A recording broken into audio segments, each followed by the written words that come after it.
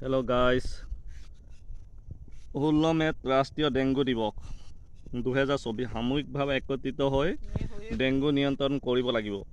ডেংগুৰ পৰা সাৱধান হওক। ডেংগু ৰোগ এডিছ মহৰ দ্বাৰা বিয়পে। চাফা পানীত এডিছ মহে বংশবৃদ্ধি কৰে আৰু এডিছ মহে দিনৰ ভাগত কামোৰে। ডেংগু ৰোগৰ লক্ষণসমূহ আপোনালোকে শুনি লওক।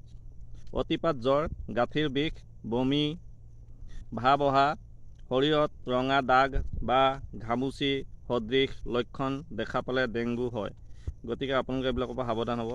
চকুৰ পিছফালে বিষ হোৱা, মূৰৰ বিষ হোৱা, জটিল অৱস্থাত নাক, মুখ আৰু দাঁতৰ আলুৰ পৰা তেজ ওলোৱা, এইবিলাক হৈছে ডেংগুৰ লক্ষণ।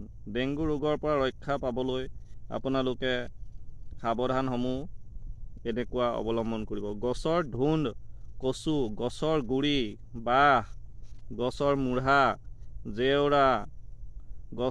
জেওৰাৰ গোজৰ, পাব আদিত এডিছ মহে বংশবৃদ্ধি কৰে। এই ঠাইবোৰ বালি আৰু তেলজাতীয় বস্তুৰে ঢাকি দিব লাগে। পানী টেংকিৰ ঢাকনিবোৰ সম্পূৰ্ণৰূপে বন্ধ কৰি ৰাখিব লাগে, তেতিয়া ডেংগু নহয়। AC আৰু ফ্ৰিজত পানী জমা হৈ থাকিব দিব নালাগে। তলৰ খাপত AC বা ফ্ৰিজৰ তলৰ খাপত পানী জমা হয়, সেই পানী সদায় পৰিষ্কাৰ আৰু পৰিচ্ছন্ন কৰি ৰাখিব। তাৰ পৰা ডেংগুৰ পৰা সাৱধান হ'ব পাৰিব। ঘৰৰ ভিতৰত টাব বা কিবা থাকিলে তাৰ তলত যদি পানী জমা হৈ থাকে সপ্তাহভৰ, তেতিয়াহ'লে সেই পানীখিনি উলিয়াই পেলাই দিব। ডেংগুৰ লক্ষণ দেখা দিলে ওচৰত স্বাস্থ্যকেন্দ্ৰ আছে আৰু স্বাস্থ্যকৰ্মী আছে আৰু আশাকৰ্মী আছে, খবৰ দিব সোনকালে গৈ। সপ্তাহ দিন ৰখি নাথাকিব, লগত খবৰ দিব। ডিব্ৰুগড় জিলা অসম চিকিৎসা মহাবিদ্যালয়ত এই ৰোগৰ চেষ্টা পৰীক্ষা চলি আছে।